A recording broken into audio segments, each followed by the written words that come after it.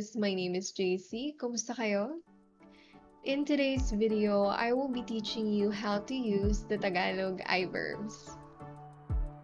Before watching this, I highly encourage you to watch my two-part video on using actor focus and object focus verbs. Those will definitely help you to better understand and absorb what I will be discussing later. I'll place the link at the upper right corner of this video and at the description. Now, if you've already seen those, then we can continue. In Tagalog, we have actor-focused verbs and object-focused verbs.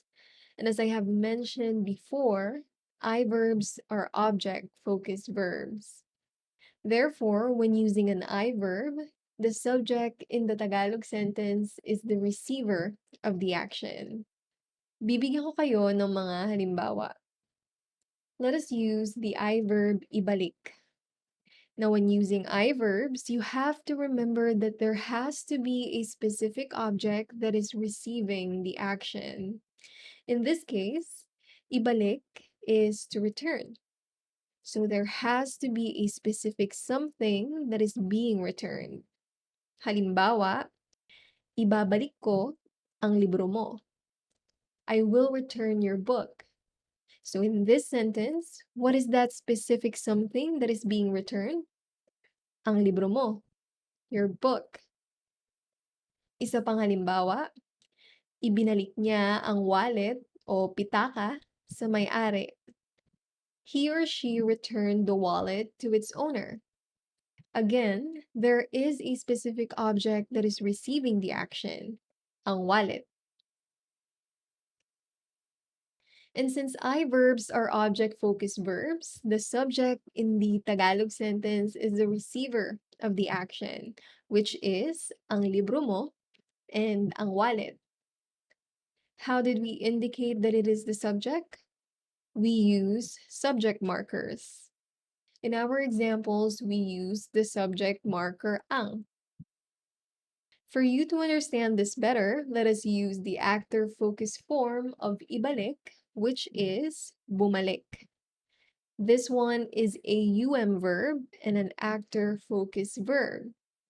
The future tense of bumalik is babalik. Babalik ako bukas. I will return tomorrow. As you can see, there is no specific object that is receiving the action, right? Unlike on the two examples earlier, we have the objects ang libro mo and ang wallet. Also, if you look at this example, this time the subject is the doer of the action. Ako is a subject pronoun. Unlike in these two, we used ko and niya for the doers of action, which are Tagalog pronouns for non-subjects. Because in these sentences, the doer of the action is not the subject. It is the receiver of the action. Isa pang halimbawa. This time, we'll use itago, or to hide something.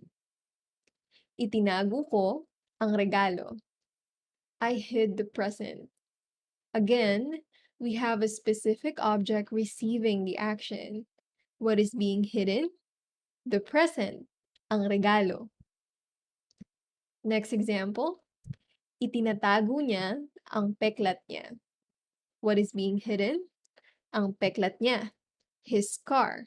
We have specific objects receiving the action, so we are going to use I-verbs. Now, the actor-focused version of this verb is magtago, to hide. This is a mag-verb and an actor-focused verb. Nagtatago is the present tense of magtago. Nagtatago ang anak ko. My son or daughter is hiding. Again, if you look at this sentence, there's no specific object receiving the action, right? Therefore, we do not use an I verb. Now, I keep saying specific objects or specific something when using I verbs. Why? Because if the receiver of action is not specific, halimbawa, my son is hiding a present. Nagtatago ng regalo ang anak ko. Or you can also say, nagtatago ang anak ko ng regalo. Notice that? I did not use the I verb. But why? There is an object receiving the action, right? Well, because it's not specific. When you say a present, you could be referring to any present. Unlike when saying the present, now you're being specific because you are now talking about a specific or a particular present.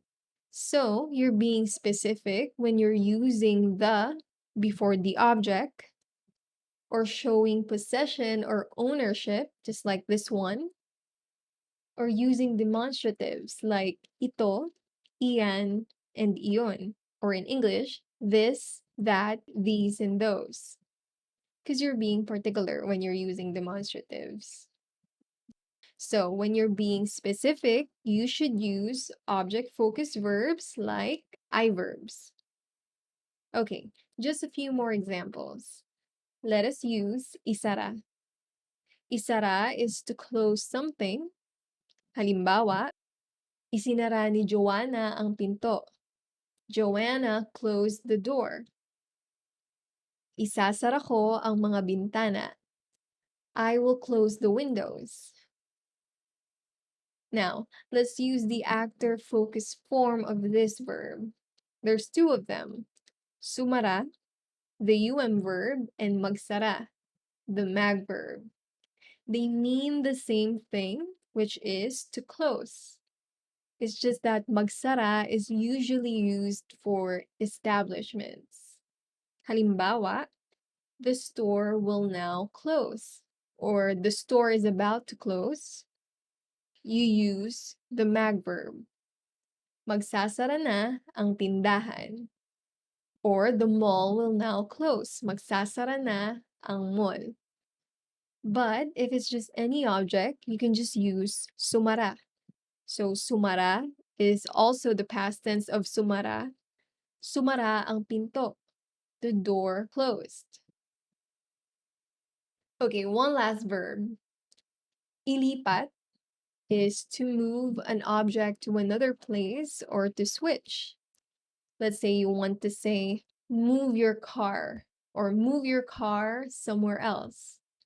This statement is an imperative. Imperative meaning you're expressing a command or you're telling somebody to do something. So in Tagalog, we use the basic or infinitive form for expressing a command or imperatives. So for this one, you say, ilipat mo ang sasakyan mo. Isa pang halimbawa, inilipat niya ang channel. He or she switched the channel. So what is being moved? Your car. What is being switched? The channel. So again, we have receivers of actions that are specific. So we're using I-verbs. Well, that is it for today. If you like this, please give us a thumbs up. And for more videos like this, you may subscribe to this channel. Maraming salamat sa panonood. Sa susunod ulit. Paalam.